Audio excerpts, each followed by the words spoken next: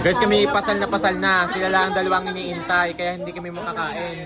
Ngayon, makakakain na kami. Tingnan nyo. Ayan, gutom na. Putla ng malala mga senior na kasama. Kasi kapos si mama. Gutom na eh. Kulubot. Sama. Thanks God at makakakain na ulit. Thank you sa blessing, guys. God bless you all. Guys, ang hirap kumain na kay lulog na wala namang panulak. Hanggang ngayon ang aming nestay wala pa.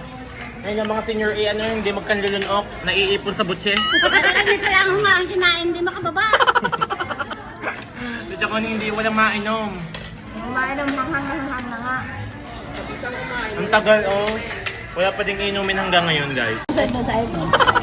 Guys, ginawang isda ni Chaconi ang manok.